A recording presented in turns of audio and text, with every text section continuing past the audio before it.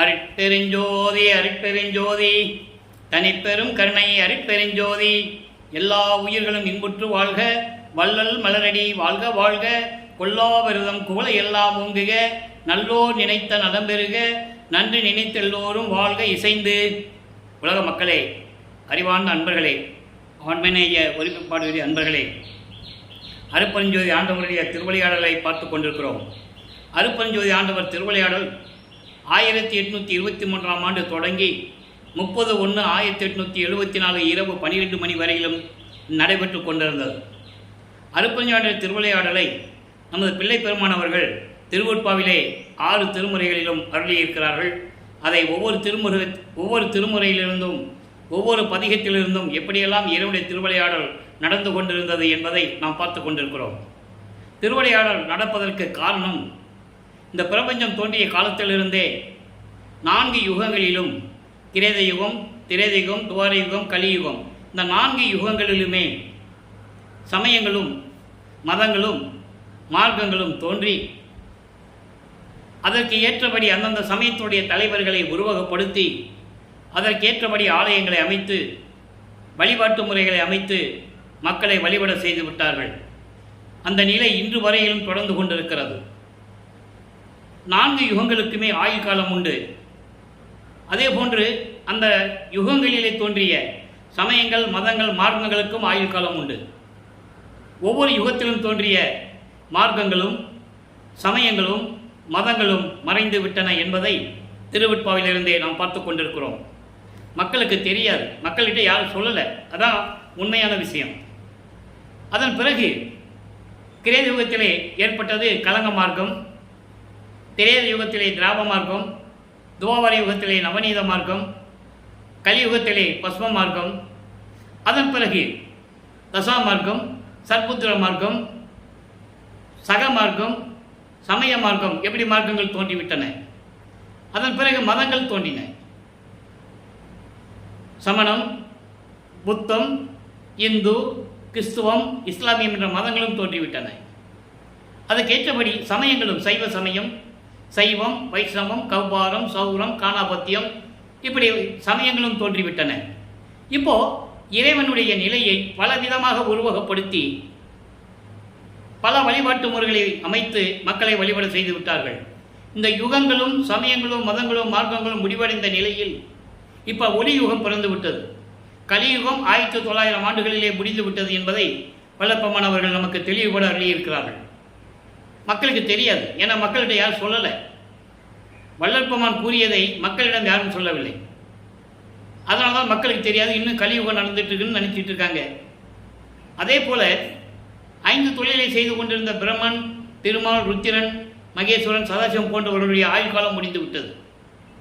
இப்போ 5 தொழில்களும் செய்து கொண்டு இந்த பிரபஞ்சத்தை இயக்கிக் கொண்டிருப்பது வல்லற்பமானவர்கள் என்பதை இங்கே நான் பதிவு செய்ய கடமைப்பட்டிருக்கிறேன். அதற்கான ஆதாரங்களை ஒவ்வொரு பாடலிலிருந்து பார்த்து கொண்டிருக்கிறோம், இன்றும் பார்க்க போகிறோம். அப்புறம் இந்த எல்லா யுகங்களும் முடிந்தவுடனே, இந்த சமயங்களும் மதங்களும் மார்க்கங்களும் முடிந்தவுடனே உலக மக்களுக்கென்று ஒரு ஆன்மீக மார்க்கம் வேண்டும். அந்த ஆன்மீக மார்க்கம் சமரசமாக இருக்க வேண்டும்.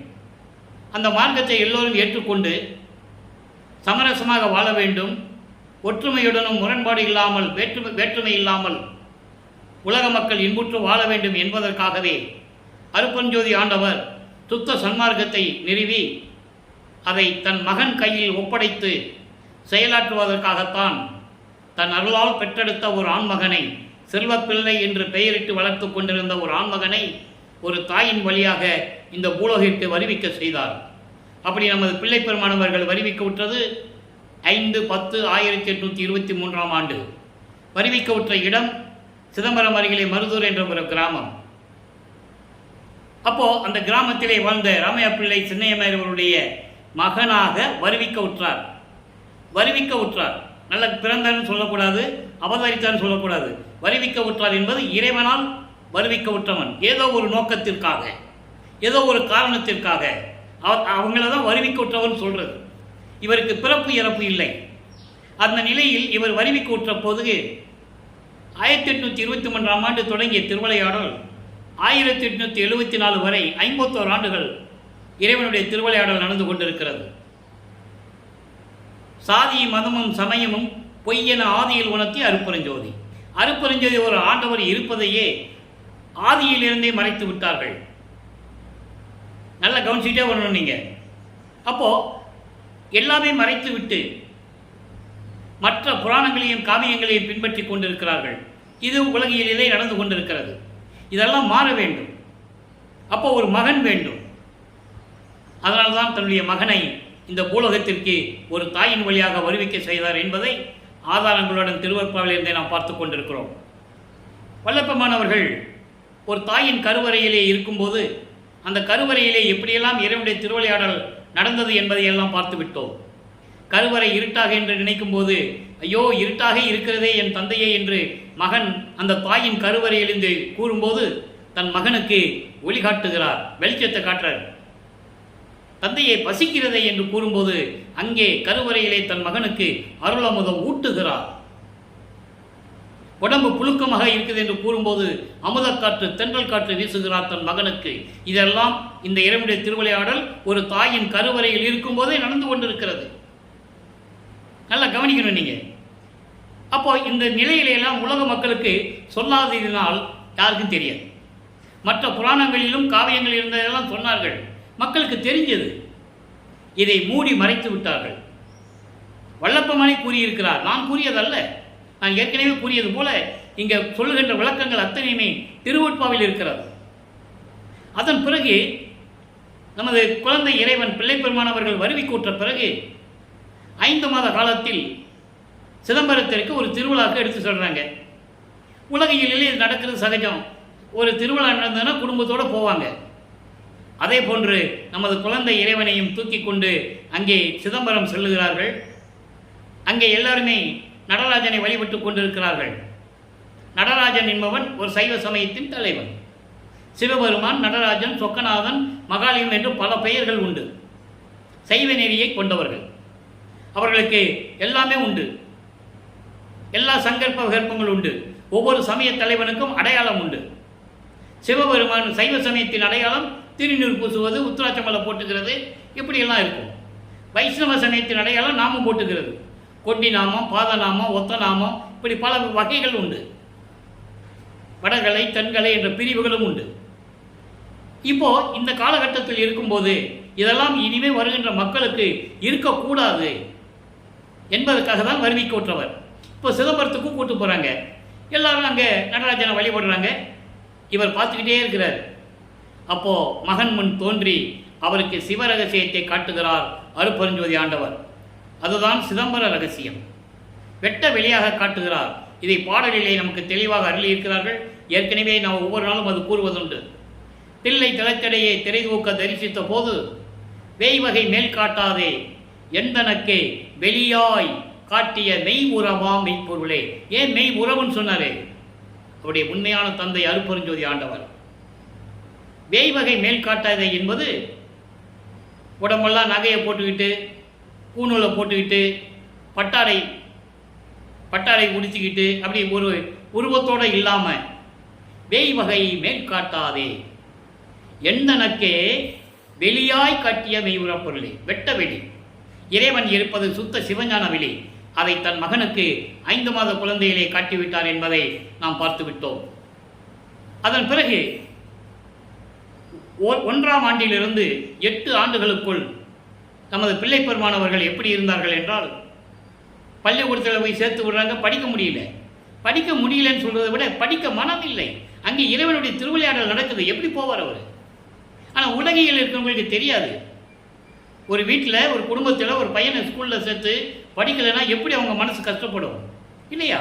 அதுபோல் அவங்க என்ன ராமலிங்கம் பள்ளிக்கூடத்துக்கு போக மாட்டேன்ற, எங்கே இருக்கிறேன்னே தெரியல, காலையில் எழுந்திரிச்சு போயிடுற, ராத்திரியானா வீட்டுக்கு வரேன்னு சொல்லி மன கஷ்டப்படுறாங்க. காரணம், அவர் ஒரு சாதாரண குழந்தை என்று நினைத்து கொண்டிருக்கிறார்கள். அவர் இறைவனுடைய மகன் என்று அவங்களுக்கு தெரியாது. நமது பிள்ளை பெருமானவர்களுக்கும் தெரியாது. அப்போது 8 ஆண்டுகள் வரைக்கும் இறைவனிடமிருந்து எந்த அருளையும் பெறவில்லை. முதல் 8 இப்படியே கடந்துருச்சு. 51 ஆண்டுகள் 8 8 பிரிக்கும் போது 6 8 48, 6 8 வரணும். மிச்சம் 3 வருஷம் இருக்குது பாருங்கள். அதான் மேட்டுக்குப்போம் சித்தி வளாகத்தில் நடந்தது. நம்ம போக போக விளக்கங்களை பார்த்துக்கிட்டு இருக்கோம். அப்போ முதல் 8ல் ஒன்றுமே நடக்கலை. இப்போ 2வது எட்டில் அடியெடுத்து வைக்கிறார். 9வது ஆண்டிலிருந்து 16 ஆண்டுகளுக்குள் என்ன நடந்தது என்பதை திருவற்பாவிலே 1ஆம் திருமுறையிலும் 2ஆம் திருமுறையிலிருந்து பார்த்து கொண்டிருக்கிறோம். 9வது ஆண்டு இறைவன் தன் மகன் முன் தோன்றி, மகனே, நீ என்னால் வருவிக்க உற்றவன், நீ என் மகன், ஞானத்தை பெற்றுக்கொள், மற்ற காரிய காரணங்கள் எல்லாம் பின்னாலே பார்த்து கொள்ளலாம், முன்பருவம் பின்பருவம் காட்டி உனக்கு அருள் செய்வேன் என்று கூறி மறைந்து விடுகிறார். காரணம், தன் மகனை சமயங்களிலும் மதங்களிலும் மார்க்கங்களிலும் ஈடுபட செய்ய வேண்டும். அவன் சிவபெருமானை வழிபட வேண்டும். நமச்சிவாயா, ஓம் நமச்சிவாயா, சிவசிவாய் என்று சொல்ல வேண்டும். திருநூறு பூச வேண்டும். உத்திராட்ச மாலையை போட வேண்டும். இது காலத்தின் கட்டாயம். பின்பு அதிலிருந்து விடுபட வேண்டும். அதை உலக மக்களுக்கு சொல்ல வேண்டும். அதான் கான்செப்ட். திருவருட்பாவின் கான்செப்டே அதான். அப்போது இந்த சமயங்களும் மதங்களும் மார்க்கங்களும் சூழ்ந்திருந்த காலகட்டங்களில் இறைவன் அவர் முன் தோன்றி ஆட்கொண்ட பிறகு திருவருள் முறையீடு உதயமாகிறது. அது 232 பாடல்களுடைய விளக்கங்களை பார்த்துவிட்டோம். அதன் பிறகு தந்தையிடம் முறையீடு கேட்டு கேட்டு எந்த விதமான பலனும் இல்லை. அப்போ அம்மையாரை பற்றி பாடலாம், வடிவுடையம்மனை பற்றி பாடலாம் என்று வடிவுடையம்மனை பற்றி பாடுகிறார். வடிவுடை மாணிக்க மாலை என்ற பதிகம் உருவாகிறது. 100 பாடல்கள். அப்பனக்கிட்ட கெஞ்சி கெஞ்சி கேட்டு ஒன்றும் ஆகலை. சரி, அம்மாவை விட்டு எப்படியா தாஜா பண்ணி ஏதாவது ஒன்று வாங்கலாமான்னு நினைக்கிறார். அதான் விஷயம். இப்போ உலகியலில் ஒரு குடும்பத்தில் தந்தைகிட்ட கேட்டு எதுவும் கிடைக்கலன்னா என்ன பண்ணுவாங்க? பிள்ளைங்க அம்மா கிட்ட போய் சொல்லுவாங்க, எப்படியாவது அப்பாட்ட வாங்கி கொடுமா அப்படின்னு சொல்லுவாங்கல்ல. அதுபோல வடிவுடைமனை பற்றி பாடுகிறார். வடிவுடை மாணிக்க மாலை உருவாகிறது. 100 பாடல்கள். இப்போ வல்லப்பமானவர்கள் 9வது ஆண்டிலிருந்து 12 ஆண்டுகளுக்குள் இருந்து கொண்டிருக்கிறார். அதன் பிறகு இந்த பாடல் ஒவ்வொரு பாடலையும் எப்படி பாடினார் என்றதை இப்போ நம்ம பார்க்க போகிறோம். வடிவுடை மாணிக்க மாலை இன்னைக்கு 12வது பாடல். கங்கை கொண்டோன் ஒற்றியூர் அண்ணல் வாமம் கலந்து அருள் செய்யும் நங்கை. வடிவனை பற்றி சொல்லுகிறார். எப்படி? கங்கையை தலையில் கொண்டவன், ஒற்றியூரில் இருக்கின்ற இறைவன், அந்த இறைவனின் இடது பக்கத்தில் அமர்ந்து கொண்டு அருள் செய்து கொண்டிருக்கின்ற பெண்ணே, என் தெய்வமே. வாமம் என்பது இடது பக்கத்தில் உட்கார்ந்துட்டு இருக்குது. கங்கையை தலையில் சுமந்து கொண்டு திருவொற்றியூரில் இருக்கின்ற இறைவனின் இடது பக்கத்தில் அமர்ந்து கொண்டு அருள் செய்து கொண்டிருக்கின்ற பெண்ணே, என் அம்மையே, என் தெய்வமே, எல்லா உலகமும் தந்த நின்னை, எல்லா உலகங்களும் கொடுத்த ஒன்னை அந்நாரணருக்கு தங்கை என்கோ. பொதுவாகவே பார்வதி என்று சொல்லுவாங்க, திருமாலின் தங்கை அப்படின்னு சொல்லுவாங்க. திருமாலின் தங்கை என்று சொல்வார்கள். அதை சொல்றாரு, எல்லா உலகத்தையும் கொடுத்த ஒன்னை நான் எப்படி அழைப்பது? திருமாலின் தங்கை என்று சொல்லுவதா, திருமாலின் தங்கை என்று சொல்லுவதா, அல்லது தாயர் என்கோ, தாய் என்று சொல்லலாமா, அம்மையே என்று உன்னை சொல்லலாமா? நான் திருமாலுக்கு தங்கை என்று சொல்லவா, இல்லை என்னுடைய அம்மையே என்று உன்னை நான் கூப்பிடுவதா? சொல் தலைக்கு மலை மங்கை என்கோ, சொல் தலைக்கு அதாவது எல்லாவற்றுக்கும் மேலாக மலை அரசி என்று உன்னை நான் கூறுவதா, அழைப்பதா? எப்படி என்று சொல்லேன்? கோமலம் ஆனேன், நான் இந்த உலகிற்கே வருவிக்க விட்டு துன்பப்பட்டு கொண்டிருக்கிறேன். வடிவுடை மாணிக்கமே, எனக்கு அருள் செய்வாக என்று சொல்லி இந்த பாடலை நாம் கருளி இருக்கிறார்கள். ஆக வடிவுடையவனை பற்றி பாடியிருப்போம்.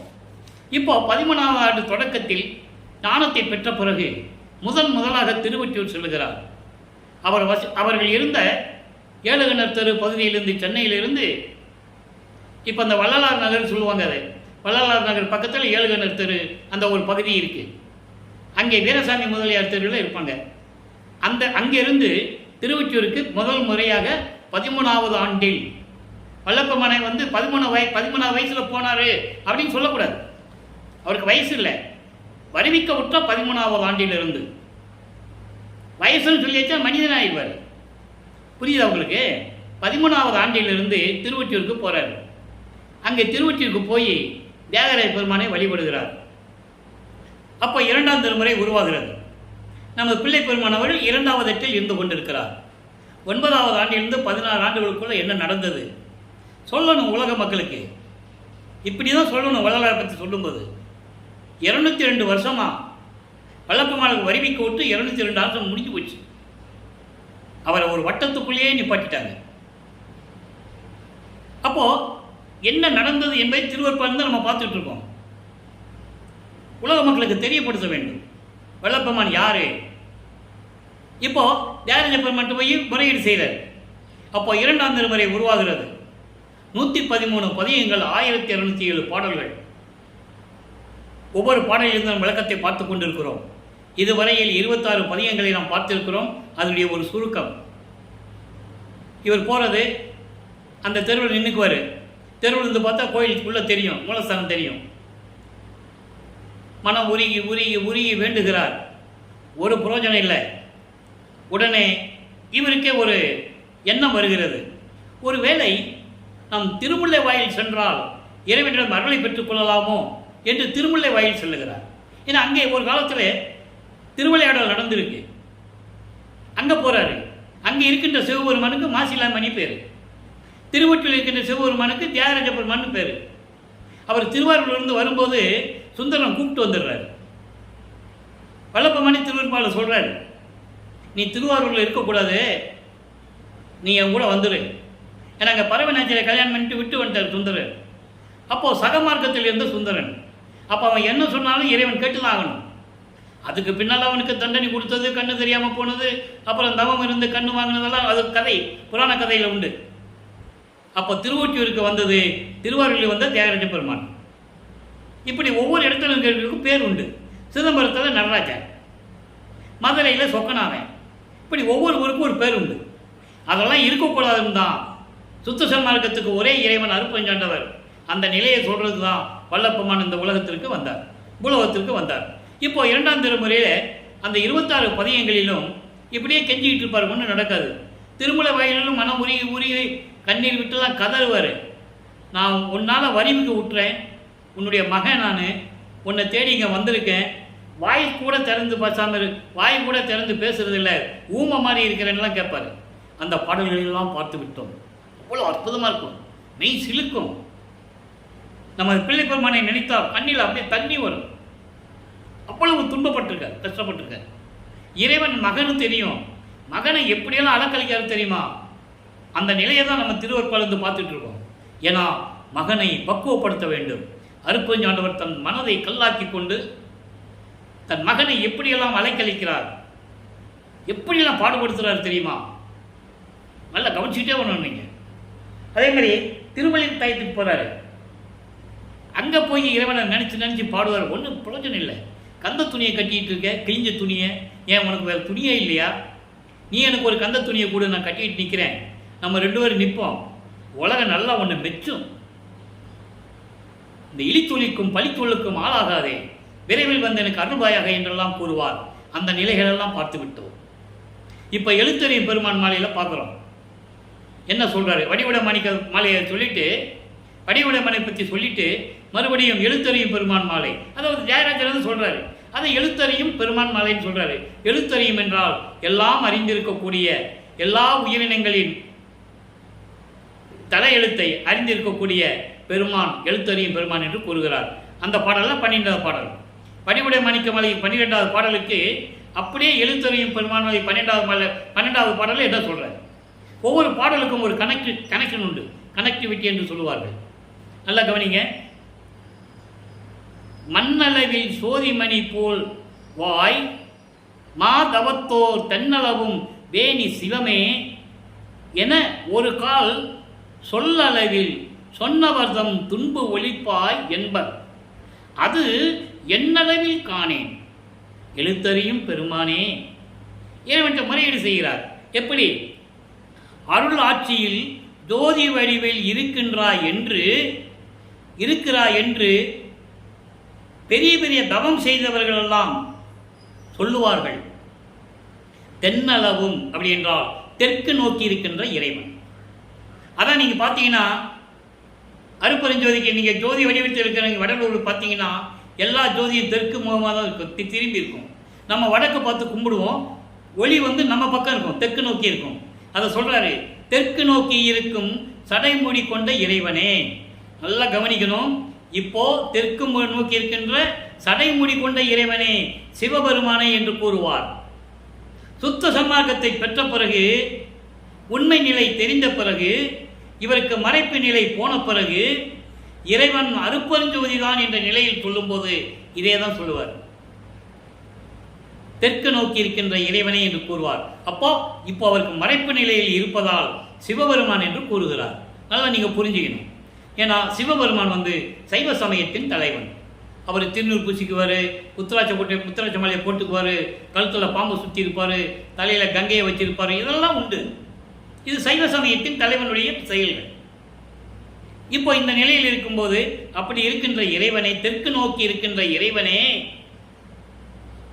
என்றெல்லாம் உன்னை போற்றி புகழி பாடி ஒரு காலத்தில் சொல்லும்போது சொன்னவர்களின் துன்பமெல்லாம் நீக்கினாய். எப்படி சொல்ற பாருங்க, மாதவம் செய்கின்றவர்கள் எல்லாம் தெற்கு நோக்கி இறைவனை என்று ஒரு காலத்தில் சொன்னவர்கள். அப்படி சொல்லும்போது நீ அவருடைய துன்பத்தை எல்லாம் நீக்கினாய். நான் வருடக்கணக்கில் உன்னை துதித்துக் கொண்டிருக்கிறேன், வணங்கிக் கொண்டிருக்கிறேன். நான் உன் மகன் அல்லவா? என்னளவில் அது நடக்கவில்லையே. அதான் சொல்றாரு, அது என்னளவில் காணேன். என்னை பொறுத்த மட்டளவில் என்ன மட்டல ஒன்றும் இல்லையே. என்னை பொறுத்த மட்டில் ஒன்றுமே நடக்கலையே. ஒன்றுமே நடக்கலை. நீ பேசுறதில்ல, என்னன்னு கூட கேட்கறதில்லை. ஐயா எழுத்தறியும் பெருமானை விரைவில் எனக்கு அருள்வாயாக என்று சொல்லி இந்த பாடலை அருளியிருக்கிறார்கள். இப்போ வல்லப்பமானவர்கள் 2வது எட்டில் இருந்து கொண்டிருக்கும் போது, அதாவது 16 ஆண்டுகளுக்குள் இருக்கும்போது இந்த நிலையில் நமது பிள்ளை பெருமானவர்கள் இருந்து கொண்டிருக்கிறார். அதன் பிறகு 3வது எட்டில் அடியெடுத்து வைக்கிறார். 3ஆம் திருமுறை உருவாகிறது. 3ஆம் திருமுறை 19 பதிகங்கள், 235 பாடல்கள். எல்லா விளக்கங்களையும் பார்த்து விட்டோம். அதனுடைய ஒரு சுருக்கம். ஏன்னா இதெல்லாம் சொன்னாதான் போக போக உங்களுக்கு எல்லா நிலைகளும் புரியும். அப்போ அந்த 19 பதிகங்களிலும் இப்போ நிலைகள் மாறுகிறது. இப்போ திருவொற்றிற்கு போவாரா, அதே தெருவோரத்தில் நின்று பார்த்துட்டு இருப்பார். அங்கே உள்ள காட்சி கொடுப்பாரு. இவர் சந்தோஷமாக இருப்பார். காட்சி கொடுத்துட்டாரு, நம்மகிட்ட அருளை கொடுப்பாருன்னு இங்கே நின்றுட்டு இருப்பார். அவர் மறைஞ்சிருவார்.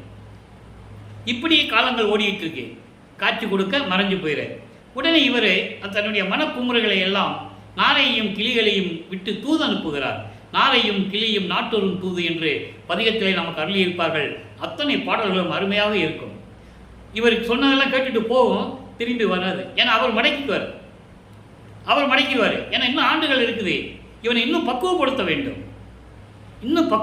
வேண்டும். எப்படியெல்லாம் தனது மகனை ஆட்டி படைக்கிறார் தெரியுமா?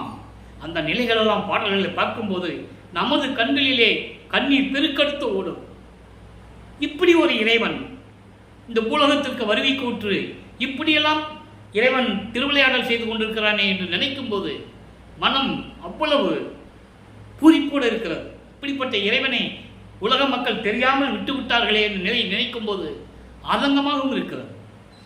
அப்போ அந்த பதிகளெல்லாம் முடிந்த பிறகு ஒரு புரட்சி பெண்ணிடம் போய் குறி கேட்பது போலவும், ஒரு ஜோதிடர்கிட்ட போய் ஜாதகம் கேட்பது போலவும் அந்த பதிகங்களெல்லாம் பார்த்து விட்டோம். அதன் பிறகு கடைசி பதிகம் 19வது பதிகத்திலே காதல் மாட்சி என்ற பதிகத்திலே இவரை பார்த்து தியாகராஜ பெருமான், அதாவது சிவபெருமான் எப்படி திருவிழியாக ஓடினார் என்பதையும் பார்த்து விட்டோம். அவர் ஓட, இவர் பின்னாலே ஓட்டத்தை பிடிக்க முடியலன்னு சொல்லுவார். எப்படி நடந்ததுன்னா, இவர் போய் நிற்பார், முன்னால் காட்சி கொடுப்பாரு, மறைஞ்சிருவார்ல. இப்போ அது இல்லை, அங்கே காட்சி கொடுத்துட்டு அப்படியே நடந்து வருவார், மகனை பார்த்து வருவார். அங்கே வந்த உடனே மகனை செல்லாமல் கிள்ளுவாராம். பாட்டில் இருக்கு, செல்லாமல் கிள்ளுவாராம், தட்டி விழுத்து, அப்புறம் திரும்பி பார்க்காம அப்படியே யூட்டர்ன் அடிச்சுட்டு போயிடுவாராம். பக்கத்தில் அப்படியே திரும்பி பார்க்காமல் ஓடுகிறார் என்று சொல்லுவார். திரும்பி பார்க்காமல் ஓடுகிறார். நான் மெய்மறந்து நின்றேன். இறைவன் வந்தார், என் அருகிலே என் கன்னத்தை கிள்ளி அன்பாக பேசி, நான் முழித்து பார்க்கும்போது மெய்மறந்து இருந்தேன். அப்போ முழித்து பார்க்கும்போது என்னை திரும்பி பார்க்காமல் ஓடுகின்றார். நானும் பின்னாலேயே ஓடினாலும் அவர் ஓட்டத்தை பிடிக்க முடியவில்லையே. அவர் ஓட்டத்தை ஓடினாலும் பிடிக்க ஒண்ணாதே என்றெல்லாம் கூறுவார். ஆக அப்படிமான அருமையான பாடல்களை எல்லாம் நாம் பார்த்து விட்டோம். இப்போ சிவபெருமன் என்ன பண்ணுறாரு? இவரை பார்த்துட்டு தெருவழியாக ஓடுறாரு. இவருக்கு சிக்கிறது இல்லை. சிக்கனா மாட்டிக்கிட்டா இவன் கேட்குற கேள்விக்கு பதில் சொல்ல முடியாதுன்னு அவருக்கு தெரியும். ஓடியாச்சா? இப்போ 4ஆம் திருமுறை உருவாகிறது. அப்போது 4ஆம் திருமுறை உருவாகும் போது நமது பிள்ளை பெருமான் அவர்கள் 4வது எட்டில் இருந்து கொண்டிருக்கிறார். 24 ஆண்டுகள் வரைக்கும் இந்த நிலை தொடருது. அப்போது 25வது ஆண்டிலிருந்து 32 ஆண்டுகளுக்குள் என்ன நடந்தது? இதுக்கடையில் நிறைய செவி வந்த செய்திகள்லாம் நிறைய உண்டு. அவரையே தெருவழியாக போன மாதிரியும், ஒரு சாமியார் நிர்வாண சாமியார் எல்லாரையும் நாய் பெயின் திட்டின மாதிரியும், இவரை உத்தமர் வரன்னு சொன்ன மாதிரியும், இப்படியெல்லாம் செவிவெளிந்த செய்திகள் உண்டு. அது உண்மையாக கூட இருக்கட்டும், தவறில்லை. அது தவறில்லை, உண்மையாக கூட இருக்கட்டும். அந்த விளக்கத்துக்குள்ளே நம்ம போக வேண்டாம். நமக்கு தேவை திருவெட்பாவில் என்ன இருக்கிறது, அங்கே என்ன உண்மையை சொல்லுகிறார். அதெல்லாம் வல்லற்பெருமான் சொன்னதில்லை, அதை பார்த்தவங்க சொல்லி எழுதினது. ஆனால் திருவெட்பா அப்படி இல்லை, இறைவனை இயற்றியது. அதனால் அவர் சொன்னதுதான் நம்ம மக்கள்கிட்ட சொல்லணும். மீதி எல்லாம் இருக்கட்டும், பரவாயில்லை. அப்போது 25வது ஆண்டிலிருந்து 32 ஆண்டுகளுக்குள் என்ன உருவாகும் போது 4ஆம் திருமுறையிலே மொத்தம் 12 பதிகங்கள். கடைசி 4 பதிகங்கள் ஏற்கனவே நான் சொல்லியிருக்கேன், சமயக்குறவர்களை பற்றி பாடியது. காரணத்தையும் சொல்லிட்டேன். சைவன் மேறி நிற்க வேண்டும் என்பதற்காக அவர்கள் வாழ்ந்த காலத்தில் உறுதியாக இருந்தவர்கள் இறைவன் அவர்களை பெற்றுக்கொண்டு முத்தி அடைந்து விட்டார்கள். அப்போ இந்த 8 பதிகங்களில் மீத இருக்கிற 8 பதிகங்களிலும் 197 பாடல்கள். ஒவ்வொரு பாடல்களிலும் எப்படியெல்லாம் இறைவன் தெருவழியாக நடந்து வந்து தனக்கு அருளை கொடுத்தார் என்பதை எல்லாம் பார்த்து விட்டோம். அதனுடைய ஒரு சுருக்கம். இப்போ 27வது ஆண்டில் தனமாலுக்கு சொல்லுவாங்க, உலகில் அக்கா மகளை கல்யாணம் பண்ணான்னு சொல்லுவாங்கல்ல, அது ஏற்கனவே நிர்ணயிக்கப்பட்டது என்பதை பாடலில் இருக்கு, திருவெட்பாவில் இருக்கு. இவர் பூலோகத்துக்கு தன் மகனை அனுப்பும்போதே சொல்லி தான் அனுப்புகிறார். இந்த பெண்ணு உனக்கு அக்கா மகளாக பிறக்கும், இந்த பெண்ணுக்கு நீ தான் விமோசனத்தை கொடுக்கணும், நீ தான் தாலி கட்டணும்னு சொல்லி ஏற்கனவே நிர்ணயிக்கப்பட்டது. இது உலக மக்களுக்கு தெரியாது, யாரும் மக்கள்கிட்ட சொல்லவும் இல்லை. திருவெட்பாவில் இருக்கிறத மக்கள்கிட்ட யாரும் சொல்லவும் இல்லை. படித்தவங்க நல்லா புரிஞ்சுக்கணும். நீங்கள் அந்த தகுதியை, அந்த தயவையும் கருணையும் எனக்கு கொடுத்ததனால் இந்த வள்ளலார் ஊழியன் அந்த உண்மைகளை சொல்லிக் கொண்டிருக்கிறேன். பாடல்களிலே உண்டு, யாரும் மறுக்க முடியாது. அப்போ அந்த நிலையில் இருக்கும்போது இவருக்கு தெரியும். எப்போ தெரியும்னா 27வது ஆண்டில் தான் இவருக்கு தெரியும். அவங்க அக்கா பொண்ணு தனமால், அதாவது தனக்கொடின்னு சொல்லுவாங்க. தனக்கொடி எப்படி வேணால் நீங்கள் சொல்லிக்கலாம். தனமால் அக்கா பொண்ணு மட்டுமல்ல, ஏற்கனவே நம்ம தாலி கட்டி தான் ஆகணும் என்ற நிலை அவருக்கு அப்போ தான் தெரியும். சுத்த சன்மார்க்கம் இருக்கிறது தெரியும், அருட்பெருஞ்சாண்டவர் என்ற ஒரு இறைவன் இருக்கிறது அப்போ தான் அவருக்கு தெரியும். அது அவர் சமயங்களையும் மதங்களையும் மார்க்கங்களையும் ஜாதிகளையும் சாராத இறைவன்.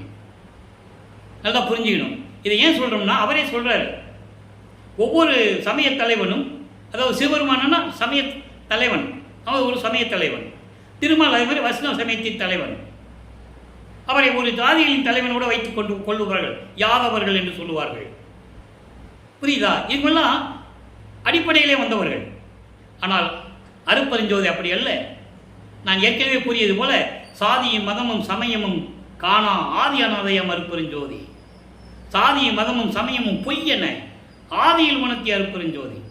இது அருட்பெருஞ்சோதி அகவலியிலே உண்டு. ஞானசரியில் ஒரு வரி உண்டு, பொறித்த மதம் சமயம் எல்லாம் பொய் பொய்யே, அவற்றின் புகுதாதே சிவம் ஒன்றே பொருள் எனக் கண்டறிவேன். தெளிவாக சொல்லுவார். ஆக இந்த நிலையில் இருக்கும்போது இப்போ 4ஆம் திருமுறையில் இந்த பாடலில் வரும்போது அப்போ அருட்பெருஞ்சாண்டவருக்கு தெரிஞ்சிடுச்சு, மகனுக்கு கோபம் வந்துச்சு. இவர் என்ன பண்ணார், தனக்கொடி அம்மாவுக்கு தாலி கட்டிட்டு அந்த அம்மாவுக்கு விமோசனம் கொடுத்துட்டு அந்த திருமணத்தில் பிரம்மன் திருமணம்லாம் வந்திருக்காங்க, உட்கார்ந்துருக்காங்க. அதெல்லாம் மக்கள்கிட்ட சொல்லணும்ல. சொல்லி இருந்தால் வல்லப்பெருமானவர்கள் இறைவனுடைய மகன் தெரியும். சொல்லலையே, உட்கார்ந்துருக்காங்க. மானிட பிறவிகளுக்கு அவங்க உட்கார்ந்தது தெரியாது. நீங்கள் சினிமாவில் கூட பார்த்துருப்பீங்க, தேவர்கள் வந்தாலும் வானத்தில் காட்டுவாங்க, அங்கேருந்து மலர் தூவுவாங்க, இப்படியெல்லாம் செய்வாங்கல்ல. அதே மாதிரி இங்கே தேவர்கள் இவருடைய திருமணத்திற்கு வாழ்த்துவதற்காக அமர்ந்து கொண்டு இருக்கிறார்கள். பாட்டில் இருக்கு, அதாவது அருட்பிரகாச மாலையில் இருக்குது. அந்த விளக்கத்தில் நான் கொடுத்துட்டேன் ஏற்கனவே. இப்போ சுருக்கத்தை சொல்லிட்டு இருக்கோம், அவ்வளோதான்.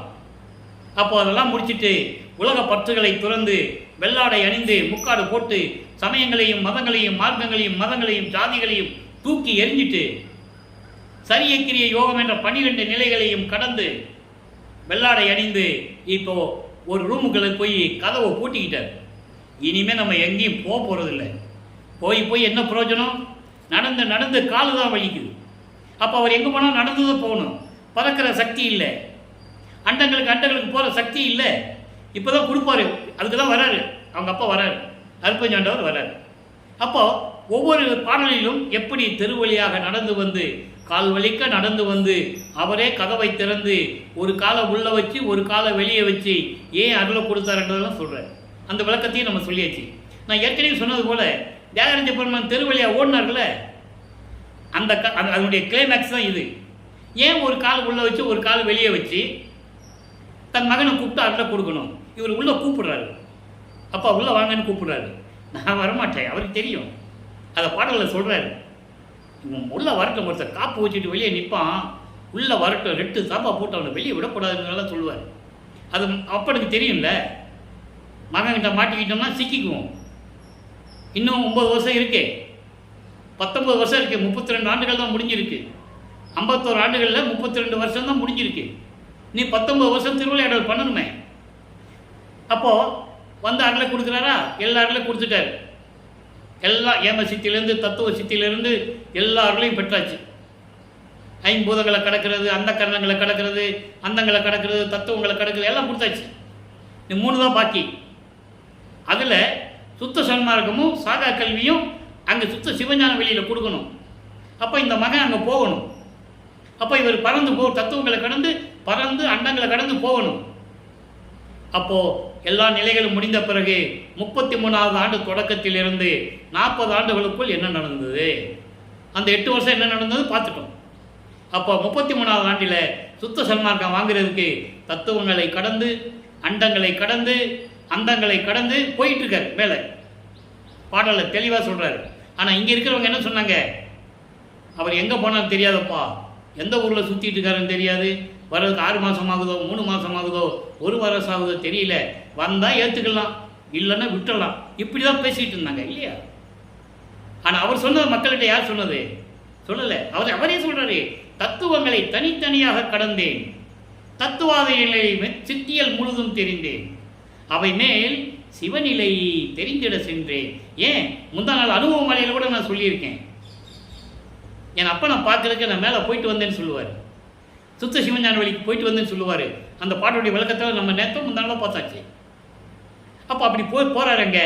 அங்கே தேவர்கள் பிரம்மன் திருமணம்லாம் சத்தியஞான சபைக்கு வெளியே நிற்கிறாங்க. அங்கே ஒரு சத்தியஞான சபை இருக்குது. அதை பிரகாரம் தான் இங்கே கட்டினது. சபையை எண்ணுள் கண்டனன்னு சொல்லுவார். புரியுது உங்களுக்கு? அந்த நிலையை நம்ம பின்னால் பார்க்க போகிறோம்.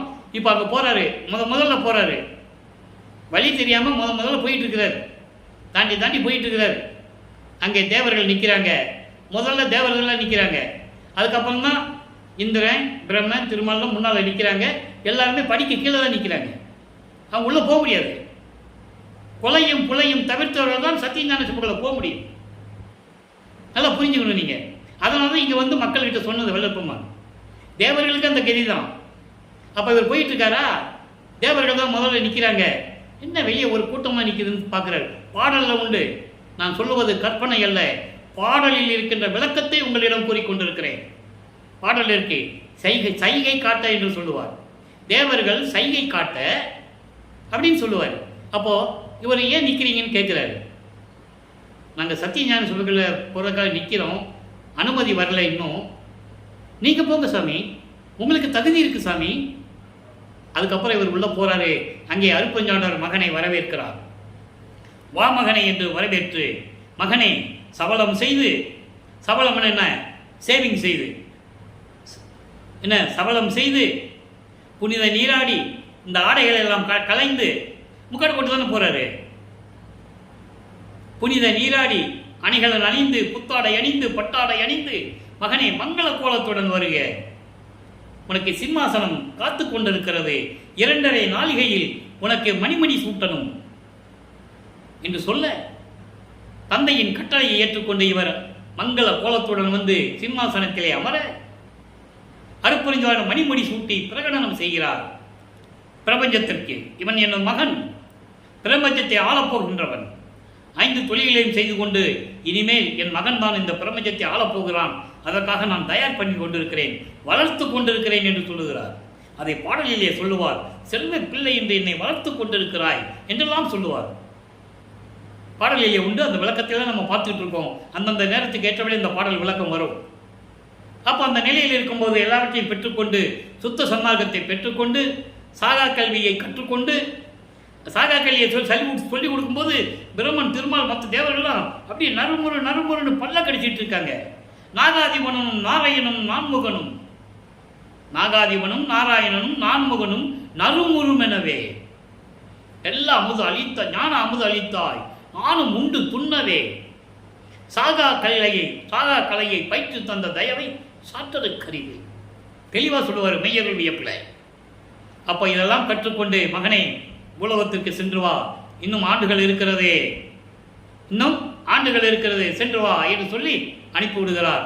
அதன் பிறகு நேராக கருங்குழியிலே உறைவிடமாக கொண்டிருக்கிறார். அதற்கிடையிலே செவி விளைந்த செய்திகள்லாம் உண்டு. சிதம்பரத்துக்கு சென்றதாகவும் பரசிம்மனை பார்த்ததாகவும் வெங்கட ரெட்டியாரை பார்த்ததாகவும் எல்லாம் உண்டு. அதெல்லாம் இருக்கட்டும். அதான் அப்படி இருந்தால் தான் இது திருவிளையாடல் நடந்தால் தான் சரியாக இருக்கும். அதெல்லாம் கொண்டு வந்து கருங்குழியில் இருந்துக்கிட்டாரு. கருங்குழியிலே 9 ஆண்டுகள் இருந்தார். இந்த 9 ஆண்டுகளிலும் என்னென்ன நடந்தது என்பதையெல்லாம் பார்த்து விட்டோம். இப்போ வல்லப்பமானவர்கள் 6வது எட்டில் இருக்கும்போது என்னென்ன நடந்தது என்பதை பார்த்து கொண்டிருக்கிறோம். மீதியெல்லாம் நம்ம முடிச்சிட்டோம். இப்போ 41வது ஆண்டிலிருந்து, அதாவது வரிவிக்கு உற்ற ஆண்டிலிருந்து 41வது ஆண்டிலிருந்து 48 ஆண்டுகளுக்குள் என்ன நடந்தது என்பதை இப்போ பார்த்துட்டு இருக்கோம். அப்போ ஏற்கனவே அருப்பஞ்சாண்டவரும் தந்தையும் மகனும் அருப்பஞ்சாண்டவரும் வள்ளல் பெருமானும் கலந்து யோசித்து அதற்கு ஏற்றபடி தர்மசாலையை அமைக்க வேண்டும் அல்லவா? ஜீவகாருண்ய ஒழுக்கம் உருவாக வேண்டும். ஜீவகாருண்ய ஒழுக்கத்தை உலக மக்களுக்கு சொல்ல வேண்டும். எந்த காவியங்களிலும் புராணங்களிலும் ஜீவகாருண்ய ஒழுக்கம் இல்லை. இந்த பிரபஞ்சம் தோன்றிய காலத்திலிருந்தே இல்லை. அப்போ உலக மக்களுக்கென்று ஜீவகாருண்ய ஒழுக்கத்தை, பசியினுடைய கொடுமையை, ஒரு உயிர் நேயத்தை எப்படியெல்லாம் பாதுகாக்க வேண்டும், பசியினுடைய கொடுமையை எப்படி நீக்க வேண்டும் என்பதுதான் தலையாய நெறி, சுத்த சன்மார்க்க நெறி. அப்போ ஜீவகாருண்ய ஒழுக்கம் உருவாக வேண்டும் என்றால் ஒரு தர்மசாலையை அமைக்க வேண்டும். அப்போ வல்லப்பெருமானவர்கள் பார்வதிபுரம் மக்களிடம் ஏற்கனவே பேசி முடித்தபடி அவர்கள் கொடுத்த நிலத்திலே 1867 ஆண்டு தர்மசாலையை நிறுவினார்கள். அப்போ அங்கே அன்றே அணைய அடுப்பை மூட்டி பசியோடு வருகின்ற ஜீவர்களுக்கு பசியாற்றிக் கொண்டிருக்கிறார் நமது பிள்ளைப்பெருமானவர்கள். நமது இறைவன், அருப்பெருஞ்சோதி ஆண்டவராகிய நமது இறைவன் ஒரு மனித உருவிலே, நல்லா புரிஞ்சுக்கணும் நீங்கள், யாரும் அதாவது எட்ட முடியாத நிலையில் இருந்து கொண்டு, தேவர்கள் எட்ட முடியாத நிலையில் இருந்து கொண்டு, இந்த நிலையில் நமது பிள்ளைப்பெருமானவர்கள் தர்மசாலையிலே ஜீவர்களுக்கு பசியாற்றிக் கொண்டிருக்கிறார். பசியை போக்கிக் கொண்டு அங்கே சில நிகழ்ச்சிகள் எல்லாம் நடக்கிறது. சங்கராச்சாரியார் வந்ததாகவும் அவர்களிடம் பேசினதாகவும் எல்லா நிகழ்ச்சிகள் உண்டு. அதுக்குள்ளே போனால் நம்ம இந்த விளக்கத்தை சொல்ல முடியாது, உண்மையான விளக்கத்தெல்லாம் சொல்ல முடியாது. அது செவியில் இருந்த செய்திகள் உண்மை இருக்கட்டும், அதுக்குள்ளே நம்ம போக வேண்டாம். விளக்கி பேசணும், நிறைய பேசணும். அப்போது 1869 ஆண்டு உயர் நீதிமன்றத்திலே, அதாவது நீதிமன்றத்தில் இங்கே கடலூரிலே மஞ்சக்குப்பம் என்ற இடத்தில் இருக்கின்ற நீதிமன்றத்திலே ஆறுமுக நாவலார் வழக்கு தொடர்கிறார்.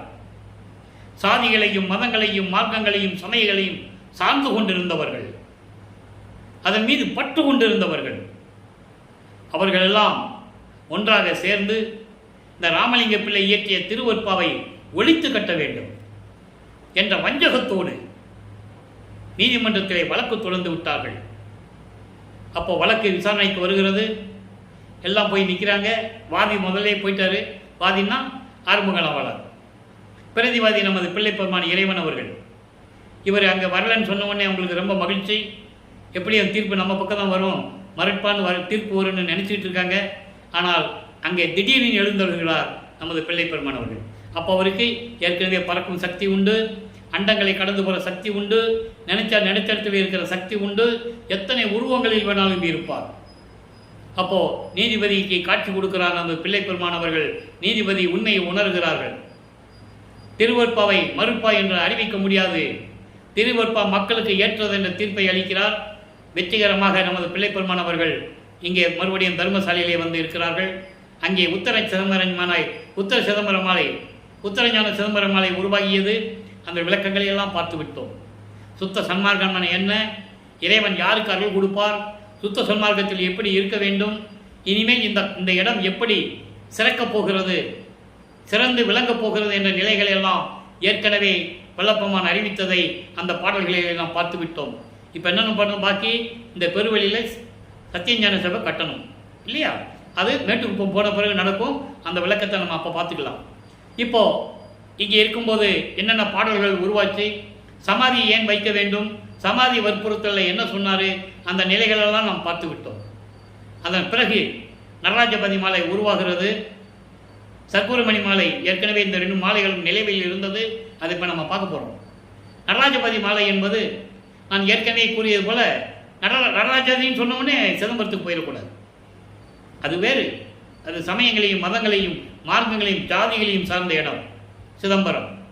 இங்கே அருட்பெருஞ்சோதி ஆண்டவர் எப்படி இருக்கிறார் இந்த பிரபஞ்சத்தில் என்பதை தெளிவாக கூறியிருக்கிறார். நல்லா கவனிச்சுட்டு வாங்க. நடராஜபதி மாலை 12வது பாடல். முதல்ல இறைவனுடைய நிலையை சொல்லுவார். அப்போ இறைவனிட்ட பெற்ற அருளை சொல்லுவார். அப்புறம் இவர் யாருன்னு சொல்லுவார், அருட்பெருஞ்சோதி யாருன்னு சொல்லுவார். நல்லா கவனிச்சுக்கணும். அணிமதியிலே மதியின் அருவிலே உருவிலே அவ்வுருவின் உருவத்திலே அமுத கிரணத்திலே அக்கிரண ஒளியிலே அவ்வொளியின் ஒளி தண்ணிலே. நல்லா கவனிச்சுட்டே வரணும். கிரணம்னு சொல்கிறாரு, அது என்னன்னு பார்த்துக்கணும். பனி மதியின் அமுதிலே அவ்வமுது இனிப்பிலே பக்க நடு அடு முடியிலே பாங்கு பெற ஓங்கும் ஒரு சித்தே. இது வரைக்கும் ஒரே வரி இறைவனை பற்றி சொல்கிறாரு. அதாவது அணிமதியிலே, அணிமதி என்பது மெஞ்ஞானம். அணி என்பது பொதுவாக அழகு, மங்களகரமான இருக்கிறது அணின்னு சொல்லுவாங்க. அழகு, அணிகலன்கள் இப்படியெல்லாம் சொல்லுவாங்க. இங்கே அணி மதியிலேன்னு வரும்போது மெஞ்ஞானத்திலே. மதி என்பது அறிவு, அணிமதி என்பது மெஞ்ஞானம். அப்படி மெஞ்ஞானத்திலே அந்த மதியின் அருவிலே அருவமாகவும் உருவமாகவும் அந்த உருவத்தில் உருவமாகவும் அமுத கிரணத்திலே. அமுத கிரணம் என்பது ஒப்பற்ற பிரகாசத்திலே. கிரணம் என்பது பொதுவாக சூரியன், சந்திரன், நட்சத்திரங்கள், இந்த 3 தான் கிரணம்னு சொல்லுவார். அப்போ அந்த ஒப்பற்ற பிரகாசத்திலே இந்த 3க்கு ஒளி கொடுக்கறது யாரு, அருட்பெருஞ்சோதி. அப்படி அக்கிரண ஒளியிலே அந்த கிரணங்கள் கொடுக்கிற ஒளி, அந்த ஒளி யார் ஒளி, அருட்பெருஞ்சாண்டவர் ஒளி. அவ்வொளியின் ஒளி தண்ணிலே அப்படி பிரகாசம் இருந்து கொண்டிருக்கின்ற பனிமதியின் அமுதிலே. பனிமதியின் அமுதிலே அதாவது ஒப்பற்ற செயலிலே, ஒப்பற்ற செயலில் அறிவிலே அவ்வமுது இனிப்பிலே பக்க நடு அடியிலே பாங்கு பெற ஓங்கும். பாங்கு பெற ஓங்குங்க என்பது மேன்மையுடன்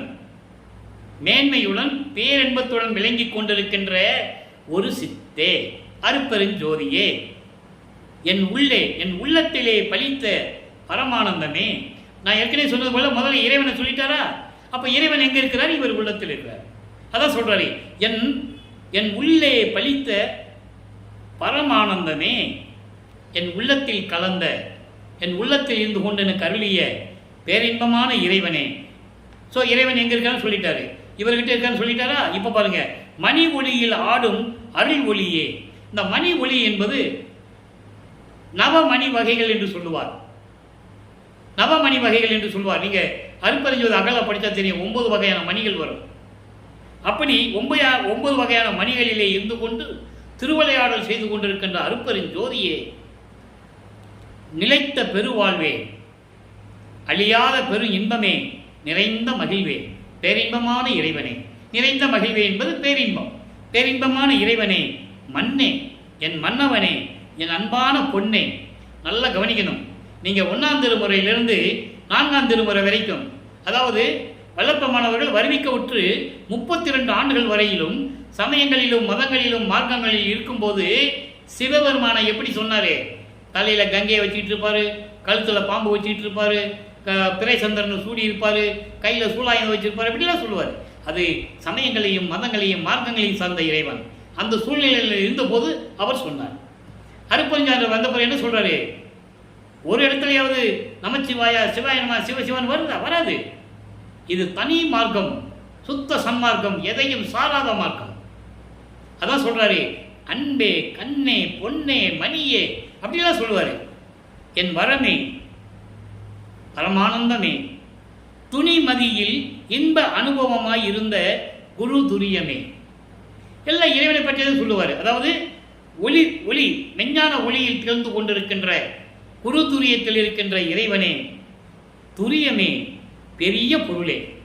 பெரிய பொருள் என்ன? பெரிய ஆண்டவன், ஒரே ஆண்டவன், அருப்பெருஞ்சோதி ஆண்டவன், சுத்த சிவ சன்மார்க்க நிதியே, சுத்த சன்மார்க்கத்தின் அருள் செல்வமே, சுத்த சன்மார்க்கத்தின் தலைவனே. அடுத்து சொல்ற பாருங்க, அருப்பெருஞ்சோதி நடராஜ பதியே.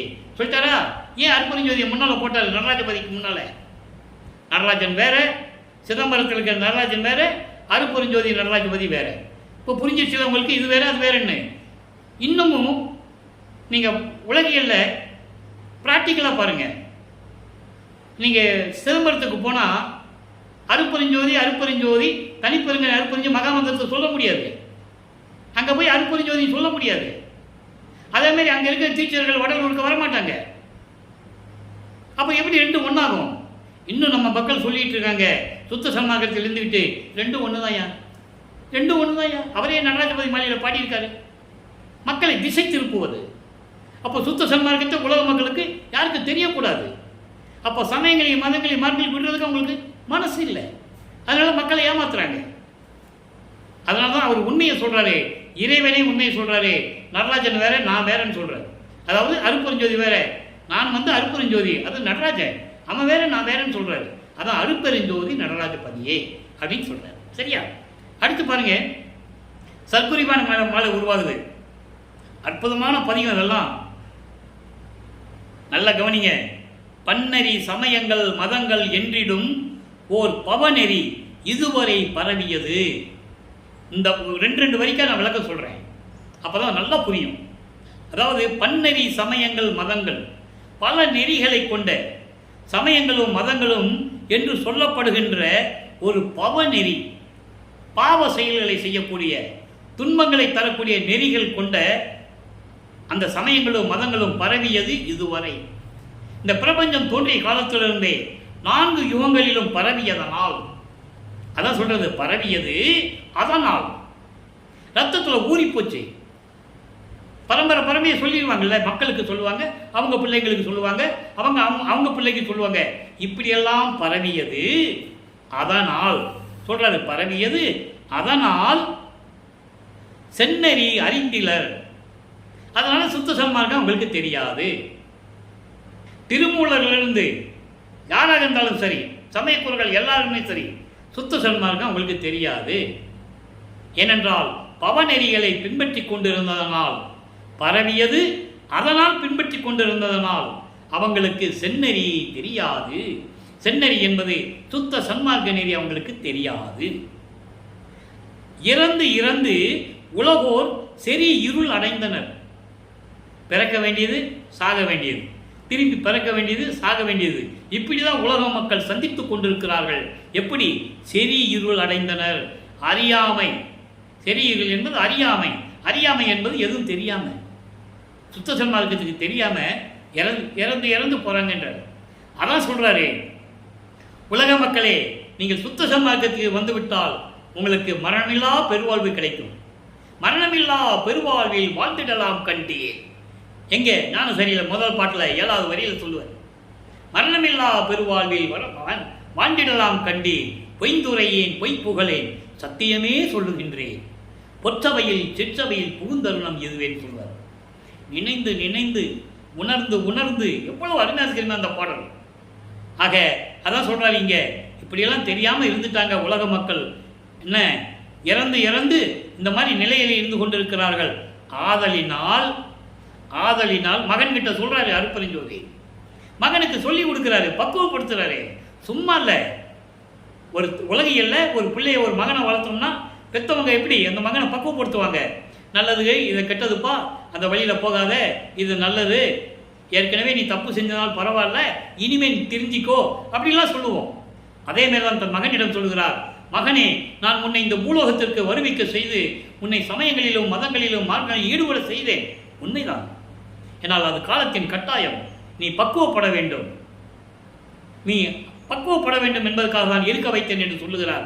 அதை தான் இங்கே சொல்கிறேன்.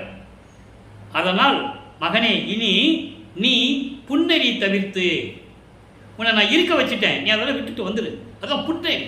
புன்னெறினா துயரங்களையும் துன்பங்களையும் அறியாமையில் இருக்கின்ற அந்த நெறிகள் இருக்கிறதே, சமயங்கள், மதங்கள், மார்க்கங்கள், அந்த நெறிகள் எல்லாம் விட்டுட்டு அதெல்லாம் தவிர்த்து ஒரு பொது நெறி என்னும் வான் புத்தமது அருள்கின்ற சுத்த சன்மார்க்க நெறி. எப்படி சொல்ற பாருங்க, பொது நெறி, சமரசமான நெறி, எல்லா மக்களுக்கும் ஏற்கக்கூடிய ஒரு நெறி, நடுநிலையான ஒரு நெறி. அப்படி சுத்த சன்மார்க்கத்தை நீ ஏற்றுக்கொண்டு அதுதான் தன்னெறி செலுத்துக. தன்னெறி கடவுள் நெறி. அது எந்த கடவுள் நெறி? சுத்த சன்மார்க்கத்தினுடைய தலைவன் அருட்பெருஞ்சாண்டவருடைய நெறி, சுத்த சன்மார்க்க நெறி. அந்த நெறியில் நீ செலுத்துக, உலக மக்களை செலுத்துகன்னு சொல்றார். உலக மக்கள் இறந்து இறந்து மாண்டு போகிறார்கள், அவங்களுக்கு செந்நெறி தெரியவில்லை. நீ என்ன பண்ற? அதெல்லாம் விட்டுட்டு, முன்னால் இருந்த இல்லை, அதெல்லாம் விட்டுட்டு நீ இந்த நெறி ஏற்றுக்கொண்டேன்னா உலக மக்களுக்கு தெரிஞ்சிடும் நீ சுத்த சன்மார்க்கத்தில் இருக்கிறன்னு. அப்போ உலக மக்களையும் சுத்த சன்மார்க்கத்தில் செலுத்துக. அதான் சொன்னாரு, அகத்தை கருத்து புறத்தை வெளுத்திருந்த உலக அனைவரையும் சகத்தை திருத்தி சன்மார்க்கத்தை அடைவித்திட. அதான் இங்க சொல்றாரு, எல்லாரையும் திருச்சி சன்மார்க்கத்தில் சேர்க்கணுங்கிறதுக்காகத்தான். அவரும் இகத்தே பரத்தை பெற்று மகிழ்ந்திடுவதற்கென்றே, அவங்கெல்லாம் சந்தோஷமா இருக்கணுங்கிறதுக்காகத்தான் என்னை உகத்தே இறைவன் வருவிக்க விட்டேன். யுகம்னா இந்த கலியுகத்தினுடைய கடைசி கட்டம். இறைவன் வருவிக்க விட்டேன். நல்லா கவனிக்கணும். இது சொல்லியும் கூட வல்லப்பமான பிறந்தாரு பிறந்தாரு பிறந்தாரு பிறந்தாரு அப்படியே சொல்றது. அவரை கடவுள் அப்படியே சொல்றது. வருவிக்க விட்டவர், வருவிக்க விட்டேன், இறைவன் வருவிக்க விட்டேன், அருளை பெற்றேன் என்று கூறுவார். அதுதான் இங்கே சொல்றாரு. அப்படியெல்லாம் இருந்து எனக்கு என் தந்தை மகனே எல்லாவற்றையும் விட்டுவிட்டு உலக மக்களை எல்லாம் சுத்த சன்மார்க்கத்தில் சேர்த்து அவர்களெல்லாம் இன்பமுறை செய்வாயாக என்று சொன்ன என் அரசே, என்ற என் அரசே சொல்றாரு. எங்க அப்பா எனக்கு சொன்னாரு, எனக்கு அப்பா என்ன சொன்னாருன்னு சொல்லி சொல்றாரு. தனி நடராஜ சத்குருமணியே சொல்லிட்டாரா? தனி நடராஜன், நடராஜன் கிடையாது சிதம்பரம் நடராஜன், தனி நடராஜன் அருட்பெருஞ்சோதின்னு சொல்லிட்டாரு. இப்போ தனிச்சிறாளங்களில் 79வது பாடல். அதாவது கன்றுடைய பசு போல கசிந்து உருகும் அன்பரெல்லாம் காண காட்டும் என்னுடைய நாயகனே. அதாவது ஒரு கண்ணுக்குட்டியை ஒரு பசு தவற விட்டுச்சு, திரும்பி அந்த கண்ணுக்குட்டியை பார்த்துருச்சுன்னா அந்த பசு எவ்வளவு ஆனந்தம் அடையும். அது போல உள்ளம் உருகி உன்னை பாடக்கூடிய அன்பர்கள் எல்லாம் கேட்க அவர்களுக்கு நீ காட்டுகின்றாய், உன்னோட அருளை கொடுக்கின்றாய், அவர்களுக்கு நீ அன்பை தருகின்றாய். அப்படிப்பட்ட நாயகனே, எல்லாம் செய் வல்லவனே, இளங்கும் ஜோதி மன்றுடைய மணவாளா. அவரை கணவனாகவும் இவரை மனைவியாகவும் சொல்லுகிறார். நல்லா புரிஞ்சுக்கணும். அப்படி என்ன அர்த்தம்? காதல், காதல் கொண்டுள்ளார் இறைவன் மீது. அந்த காதலுடைய வெளிப்பாடு அப்படி சொல்றார். காதலுடைய வெளிப்பாட்டில் அப்படி சொல்றார். மன்னவனே என் இரு கண்மணியே, நின்னை, நல்ல வரி அண்டர்லைன், நின்னை அன்று உடையேன் இன்று விடேன். எவ்வளவு பெரிய வார்த்தை தெரியுமா? இந்த வார்த்தைக்கு பதில் சொன்னாலே ஒரு மாசம் சொல்லணும். அவ்வளவு விளக்கங்கள் திருவருட்பால் இருக்கு. நின்னை அன்று உடையேன் இன்று விடேன். அதான் சொல்லுவாரு, ஏனாதான் எனினும் யான் அம்மையின் நின் அடியேன் என அறிந்தேன் இதய மலர்ந்தேனே. அதான் இங்க சொல்றாரு. அன்னைக்கு எனக்கு தெரியாது நீ யாருன்னு, அன்னைக்கு நீ யாருன்னு எனக்கு தெரியாது, இன்னைக்கு தெரிஞ்சிச்சு, உன்னை விட மாட்டேன். இன்று விடேன். மற்றவங்க ஏமாந்துருவேன் நினைச்சியா? எல்லாரும் முத்தி அடைஞ்சிட்டு போனாங்க ஏமாந்து போய், நான் ஏமாற மாட்டேன். அதான் 64வது பதிகம் திருமுந்தியாரில் 10வது பாட்டில் சொல்லுவார், முத்தி அடைந்தேன், அம்முத்தியினால் ஞான சித்தியை உற்றேன். எல்லாரும் ஏமாந்துட்டாங்க, நான் விட மாட்டேன் உன்னை.